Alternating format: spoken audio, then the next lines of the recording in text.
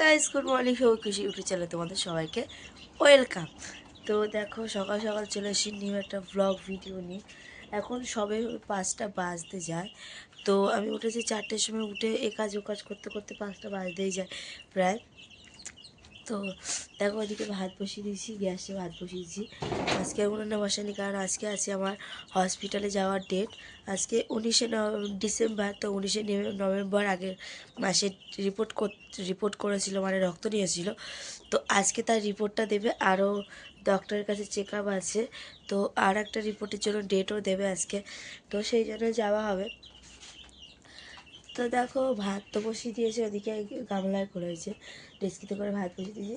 আর লাল শাক দিয়ে চিংড়ি মাছ দিয়ে করবো। আর এদিকে ডিমের তরকারি করে দেবো তোমার দাদা ভাই। আমি তো সারাদিন থাকবো না, আমার ভাসুরও সারাদিন থাকে না। ও হয়তো সকালে খেয়ে বেরিয়ে যাবে আর সেই রাতে ফিরবে। তো ওই জন্য অল্প অল্প করে করছি, তো ওই জন্য। আর উনুনে বসাই না, ঠান্ডা প্রচুর লেগে আছে, বাইরে অতটা যাচ্ছি না। ওই যে কী বলছিলাম, হ্যাঁ, কড়াই টড়াই ওইভাবে আছে, সব বাসন থালাগুলো কালকে রাতে রান্না করেছিলাম, তো সেগুলো আছে। তো পরে একটু বেলা সকাল সকাল হলে তো রান্না, মানে ওগুলো ভেজে ঘষে নেবো। আর দেখতেই পাচ্ছ, ঠিক মতো কথা বলতে পারছি না, এত পরিমাণে ঠান্ডা লেগে গেছে। আর কালকে গেছিলাম যে ডক্টরকে আমি পার্সোনালভাবে দেখাই, ওই ডাক্তারের কাছে। তো উনি বললো সব কিছুই ঠিক আছে, কোনো অসুবিধা নেই, শুধু ওয়েটটা একটু কমে গেছে। আমার 46 ওয়েট ছিল, এখন 41 হয়ে গেছে। তো বললো ঠিকঠাক খাবার দিকে কর, কারণ ওয়েটটা কমে গেছে একটু। তো আর কোনো অসুবিধা নেই, যে ওষুধগুলো ছিল সেগুলো চলবে এখন। আর একটা গ্যাসের ওষুধ লিখে দিয়েছে, গ্যাস হয় প্রচুর পরিমাণে ওই কারণে। তো চলো, রান্নাবান্নাগুলো কমপ্লিট করে নিই। তোমাদের দাদাভাই, আমার ছেলে এখনও ঘুমাচ্ছে। আর জিমিকে ছেড়েছিলাম, ও আবার ঘরে ঢুকে গেছে বাথরুম টাথরুম করে। আর ওই দিকে দেখো, আমার মুরগিগুলোকে বার করে দিয়েছি। ওরা সেই ভোর থেকে কিড়কির কিড়কির কিড়কির করে, মানে কিচির মিচির করতে আছে। তো ওদেরকে ছেড়ে দিয়েছি বলছে, ওইটার ভিতরে ঢুকিয়ে দিয়েছি। আর বাইরে ছাড়লে তো এখানটার অবস্থা থাকবে না, এখন চারিদিকে শুধু ঘুরে বেড়াবে আর আমার কাজই করা হবে না। আর ওদিকে দেখো, একটা মশা মারা ধূপ দিয়ে দিয়েছি, কারণ এত পরিমাণে মশা সকাল টাইমে আমাদের এখানে, কি বলবো, চারিদিকে ছেঁকে ধরছে। তো মশা মারা ধূপটা ধরিয়ে দিয়েছি, মশাগুলো অনেকটা কমে আছে। তো চলো, ভিডিওটা দেখতে থাকো। তো দেখো, ডিমের ঝোল হয়ে গেছে। তো এখানে চিংড়ি মাছ দিয়ে শাকটা ভালো করে, তো চিংড়ি মাছ পেঁয়াজ টিয়াজ লঙ্কা টঙ্কা একসাথে ভেজে দিচ্ছি। আর এই যে লাল শাকটা সুন্দরভাবে ধুয়ে নিয়েছি। আর এইদিকে দেখো, আমাদের কুত্তা কেরকম ছোটাছুটি করছে। ও সারাক্ষণ ছোটাছুটি, দৌড়াদৌড়ি ছাড়া কোনো কাজ নেই ওর, ওরকম কাজ। আর এদিকে আমার জন্য ফল কেটে নিয়েছি কটা, ফলগুলো বেকার বেকার নষ্ট হচ্ছিলো, অনেক দিন হয়ে গেছে খাচ্ছি না আমি, খাওয়াই হয় না, খাবো খাবো করে খাওয়াই হয় না। আর এদিকে মানে 2টো ডিম সিদ্ধ কেটে নিয়েছি। তো খাবো, একটু বেলা হোক খাবো। এখন সবে 6টা বাজতে যায়, 1 ঘন্টা হয়ে গেছে আমি রান্না করছি। আর এখনও অবধি ওরা ঘুমাচ্ছে।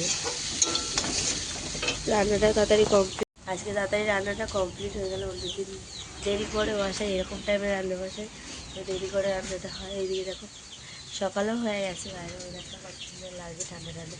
আর গ্রামের দিকে কত সুন্দর কুয়াশা টুয়াশা পড়ে, এদিকে একবার কুয়াশা টুয়াশা পড়ে।